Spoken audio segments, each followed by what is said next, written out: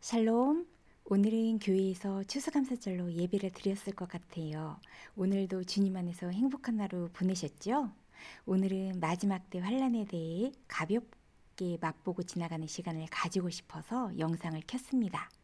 흔히 마지막 때는 큰 전쟁이니 무시무시한 사건 같은 것을 생각하던 때가 있었죠. 저도 청소년 때 휴거라는 영화를 보고 놀랐던 기억이 있습니다. 그런데 나중에 말씀을 배우고 보니 예수님의 십자가의 죽으심과 부활, 그리고 하나님 나라에 가셨다가 진리의 영으로 하나님 자녀 한 사람 한 사람 속에 오시게 된 이후로는 계속 마지막 때라는 걸 알게 되었습니다. 마지막 때의 환란도 사람들이 상상하는 그런 의미가 아닌 것을 알게 된 이후로 예전에 휴거라는 영화를 접하고 가졌던 두려움은 싹 사라졌지요. 깊이 들어가려면 그 전에 알아야 할 것들이 많아서 이번 시간에는 환란에 대해 가볍게 조금만 알아볼게요.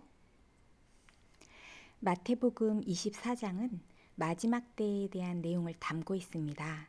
21절에서 큰 환란이 있겠고 창세로부터 지금까지 이런 환란이 없었고 후에도 없을 것이라고 하세요.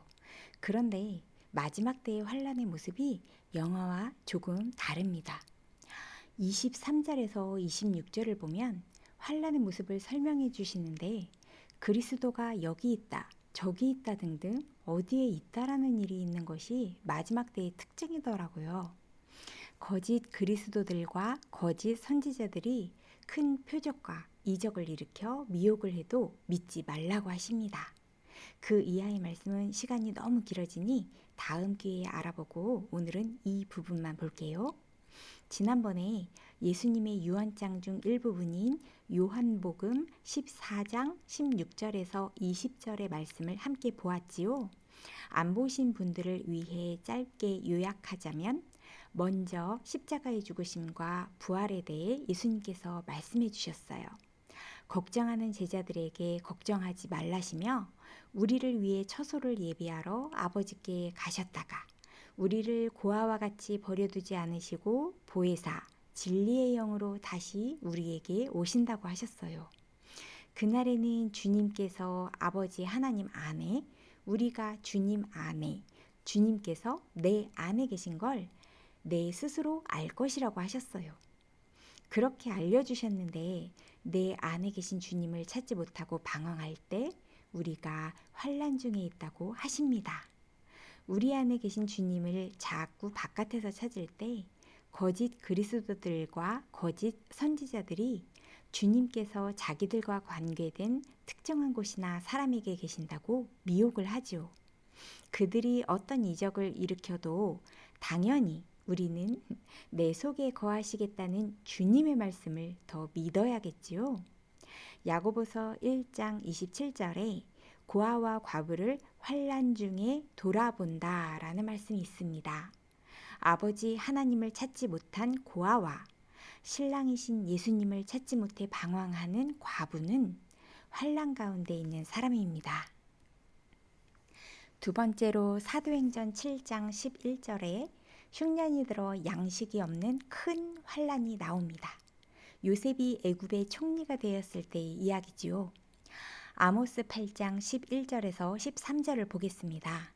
하나님께서 기근을 땅에 보내시는데 양식이 없어 주림이 아니며 물이 없어 가람이 아니요 여호와의 말씀을 듣지 못한 기갈이라 하시며 여호와의 말씀을 구하려고 여기저기 찾아다니는 사람들이 나옵니다.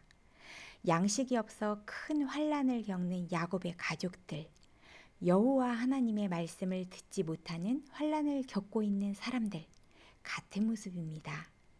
즉, 양식이 무엇인지, 어떤 양식을 먹어야 하는지 모를 때 환난 중에 있는 거랍니다. 요즘은 인터넷, 스마트폰, 유튜브, 이런 등등으로 쏟아져 나오는 말씀들이 엄청 많지요. 그런데 왜 하나님 말씀을 듣지 못한 기갈이라고 할까요?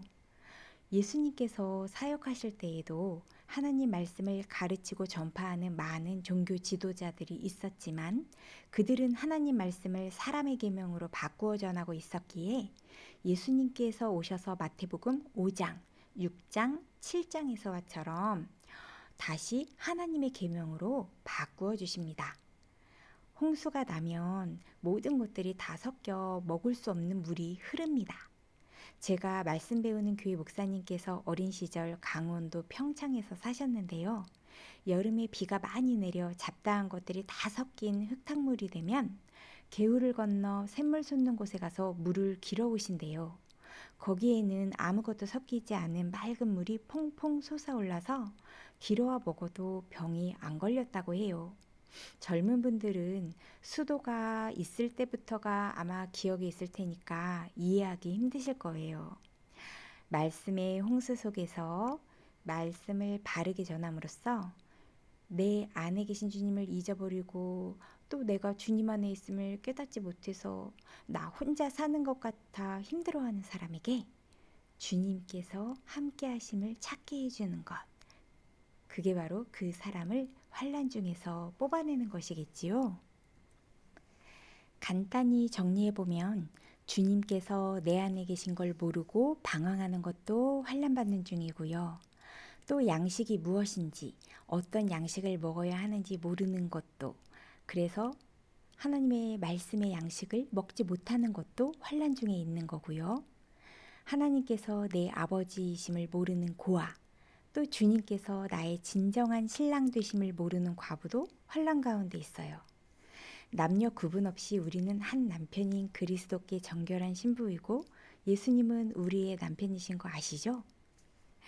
이사야 45장 7절을 보니 환난도 하나님께서 만드셨다는데요. 그렇다면 왜 우리에게 이런 환난을 주시는 걸까요? 고린도후서 1장을 보겠습니다. 3절에서 6절을 보면 우리 아버지 하나님께서 모든 환난 중에서 우리를 위로해 주신대요. 그리고 우리로 하나님께 받는 위로로 환난 중에 있는 자들을 위로하게 해주신대요. 그렇다면 내 속에 항상 함께 거하시는 주님을 찾게 해주고 잊지 않게 하는 말씀을 전해주는 것이 진정한 위로겠지요. 고아처럼 사는 이에게 하나님 아버지를, 과부처럼 사는 이에게 신실하신 남편 예수 그리스도를 찾게 해주는 것이 위로해주는 것이고요. 환난을 통하여 위로를 받고 구원을 얻는데요. 이 위로가 우리가 받는 고난을 견디게 해준대요.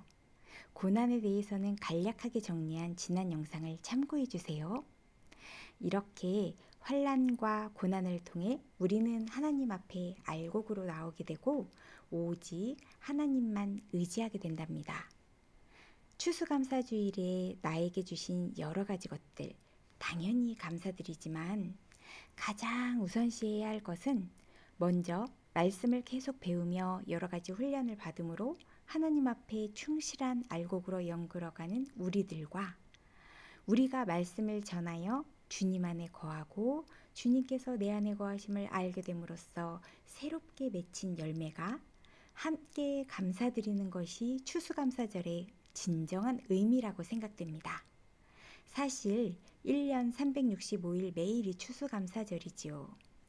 끝까지 들어주신 여러분께 감사드리며 한 주간도 주님 안에서 행복하시길 기도드립니다. 샬롬.